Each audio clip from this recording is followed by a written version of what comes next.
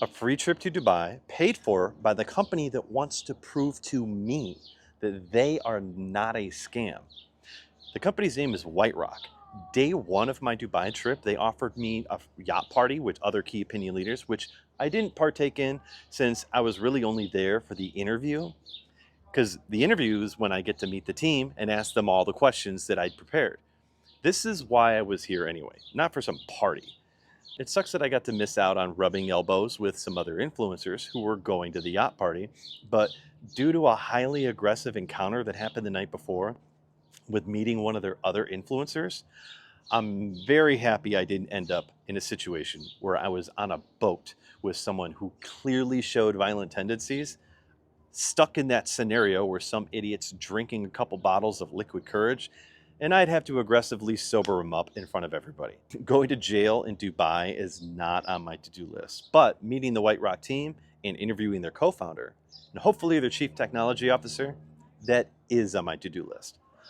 I wanted to get all these questions answered for the community to ease their concerns. I was hoping to prove that they were a legit company, not a scam. My plan was to turn the event into like a podcast video interview. I had everything prepared for them.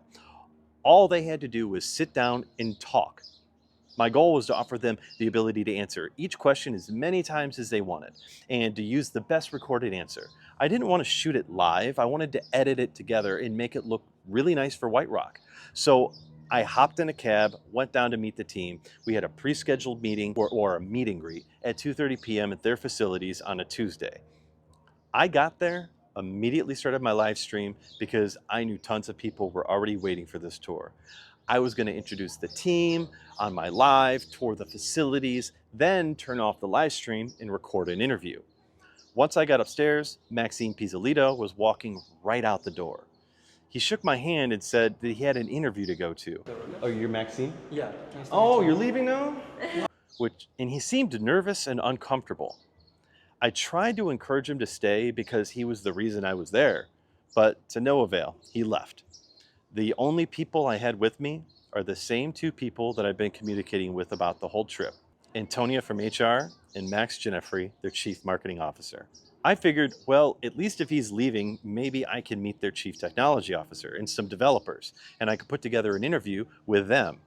But as we toured the facility, it was empty. There was no other soul in sight. In fact, there was really nothing there. No employees, barely any furniture, like 4 computers or so, mostly an empty office. They claimed that they were moving to a new office. They have an entire floor that all their new equipment and furniture and signs and logos and stuff are over there currently. To which I asked where it was. They said it was in the same building. So I said, let's go check it out. That's when they both looked a little nervous and said they weren't sure if they could access it at that moment, but they could try to get a key.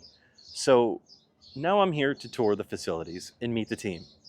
And there are no facilities, no team to meet, and nobody to ask my questions. I tried asking who I can get together to answer the questions and do an interview. Max Gineffrey kindly offered to handle the interview. You can ask me any questions you want. Obviously, I'm not part of the technical team, so I won't have the technical experience that Maxime has. That's why I was kind of hoping to get with Maxime. He was kind of the guy. Which was nice of him, but no offense, I'm not interested in talking to the marketing guy about technical questions. At this point, I was now neck deep into feeling exactly how I've been led to feel this entire trip. I went from feeling like an honored guest to a burdensome accommodation. And the team that they could spare to patronize me and keep me busy were a girl from HR and a marketing guy. I realized they weren't going to give me the interview. I wasn't going to get to meet the team, and nobody really cared about answering my questions. So at this point, I just realized that the trip was over. I just needed to focus on getting home now. This trip to Dubai was a big nothing burger. They offered to treat me to dinner, which was nice, but since I'd only slept 8 hours in 4 days, I was not hungry at all. I knew if I ate a meal, I would pass out right where I was standing. So I went and got a light blueberry salad. I did have a great time with Max and Antonia off camera at the restaurant. They both are young, vibrant people with loads of potential to have a good heart. I don't know them well enough to say that potential I saw in them matches their actions, but I did see the potential for goodness. I did ask Max Ginefri after we had our dinner and we were outside waiting for our cab a single question I was curious about. It was one about my paranoid speculation about the narcissistic traits that the company has and their employees seem to have, and their intentions on that yacht party. As I mentioned in my previous videos, I thought maybe their company mentality was to pass the blame for all the bad publicity onto outside sources who are supposedly attacking WhiteRock, because narcissists always play the victim in any situation, and the company's actions have so far rang true with narcissistic traits. I told Max Ginefri that during my research into WhiteRock, I had stumbled upon evidence that could possibly be a concerted effort to destroy WhiteRock's image. And when I said this, he lit up and said, "Yes, yes, that's exactly what we were talking about at the yacht party. I wish you'd have went." And there it was. The evidence I already knew, that the yacht party was probably not a party at all. It was a play or a performance. Probably to present some influencers who claimed they've been paid to talk bad about the company. Try to convince other influencers that they are legit, just under attack. Fortunately, when me and Max actually had that conversation, I wasn't recording or anything at that time. It was just a paranoid speculative question that I popped out on a whim and, crazily enough, verified some of my speculations. But I messaged him on Telegram, and as you can see here, I said, also, if you remember when I said that, it was possible that there may be an effort to intentionally smear WhiteRock's name, and you guys said that's one of the issues you were talking about on the yacht party. The reviews on that website were what I was basing my opinion on. Is that the same thing that you guys were referring to as well on the yacht party, or were you talking more about other influencers being paid to talk badly type of thing? He responded, I was talking more about other influencers, or I was talking more about influencers. So obviously this isn't any kind of smoking gun. This is just verification that I did indeed have that conversation with Max Ginefri, in which he had verified that on the yacht party, they were trying to present that the company was under attack, in their publicity, and the negative publicity that they have is a concerted effort against them.